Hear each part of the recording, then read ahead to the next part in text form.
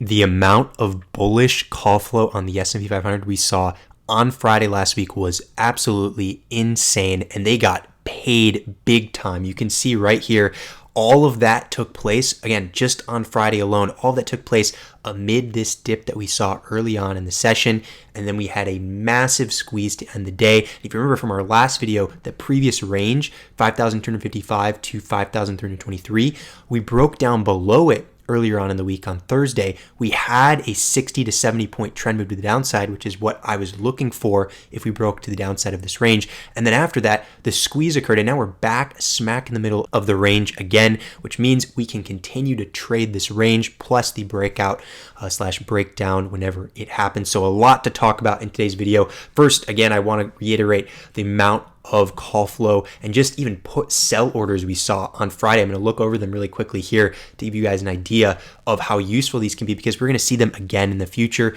and something like this can be a telltale sign, as you can see here, of a reversal happening. So of course, as we can see here, there's a ton of SPX flow hitting the tape early on in the session. This is 11:30 a.m. Eastern. So a lot of these hitting back to back to back. Remember, with SPX flows especially, you want to see a very clear trend. I don't care about a singular order. I really don't even care about 5 orders in a row. I want to see a bunch of them above the ask, as we saw here, a bunch of premium. Like for example, this is a $12.6 million order for the 5,350 strike. This is out the money from where price was at the time, and quite a bit as well. So 5,350, 5,225. Saw a bunch of these hit the tape into that dip. So continuous orders for both SPX and then SPXW. Those are the weekly contracts. So not much of a difference, still tracking the same index.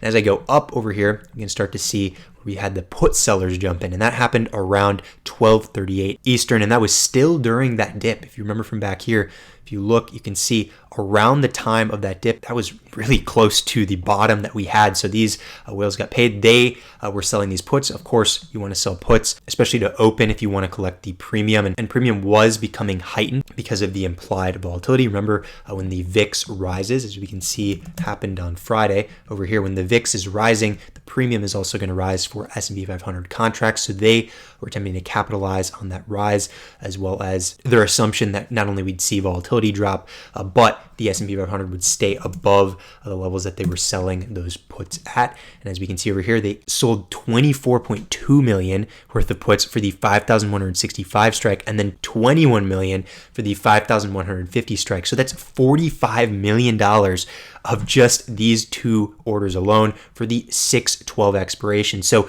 that's only about 2 weeks away. They sold out the money puts on top of that for $45 million worth of premium. You can see that it's sold to open because of the volume to open interest.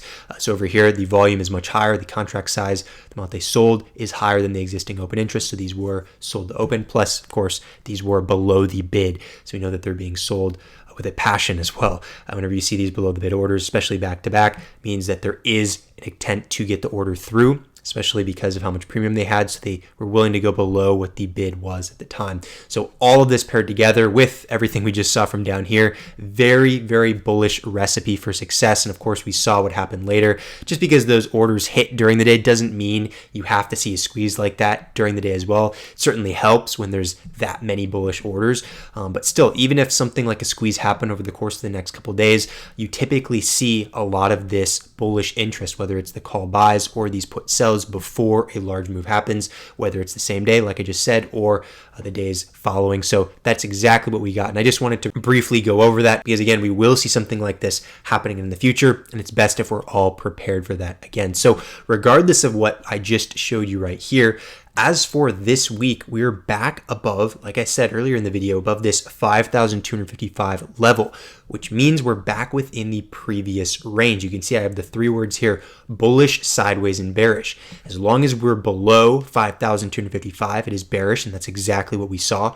We saw the trend move down for about 60 or so points to the downside, but as long as we're back above here, we're in sideways price action. So above 5,255, below 5,323, we are within sideways price action. And it's still a range that you can trade. For example, if we have a dip back to 5,255, that is a dip buy opportunity, in my opinion, where you can take longs for up to the middle of the range as well as the top of the range. So that's what I'd plan to do this week if we do see a dip. if it doesn't decide to dip, we can expect that it will continue to the upper end, and until it can get above 5,323, we'll just continue to trade as we did before with this sideways price action. So we can expect some type of a retest up here, rejection, maybe initial rejection, and then maybe another attempt to get back above. But as we can see from back here, it never was able to stay above. Even the time it gapped up above that level, it had a very hard rejection within the first 30 minutes of the session. So no 30-minute plus candle has closed above this bullish level. As a result, if we were to see in the near-term future a break above 5,223, we can expect an equal trend move to what we saw to the downside, but instead to the upside. So I wouldn't be surprised to see close to 5,400 if we were able to get back above this bullish level. That may sound crazy to you, especially with how high the S&P 500 is right now in comparison to previous years during the correction we had in 2022, as well as 2023 price action. But based on this range, that's my expectation. Of course, if we can get above 5,323, I'm not trying to predict that at the moment. I'd rather react. That's the benefit of trading ranges. You can react to whatever happens. For example, a breakdown below, you can short with confirmation under, or a retest back to this level. For example, there's two entries here, a short setup after a hourly breakdown below, as we can see here with this candle, with your risk being an hourly close back above where the previous base of this candle is, roughly 5,260. And then the other example would be a retest here, as we saw, short 5,255 with your risk being a gap fill from up here, and you can continue to hold for that trend move. And of course, as you can see here, we did have a nice trend move to the downside. Now, setups that are applicable to the current range that we have, at least for the future, or near-term future that is, would be, like I just said, a dip buy around 5,255. Best risk scenario in this case would be around 5,241 because of the previous support that it found from down here, and that's relatively close. If you do want to widen it, because volatility is still relatively high based on what we saw intraday on Friday over here, a bit of a wider stop that'd be better would be a 15-minute close below 5,235. So that's a scenario that I'm looking for this week. If that happens, I definitely would take that setup.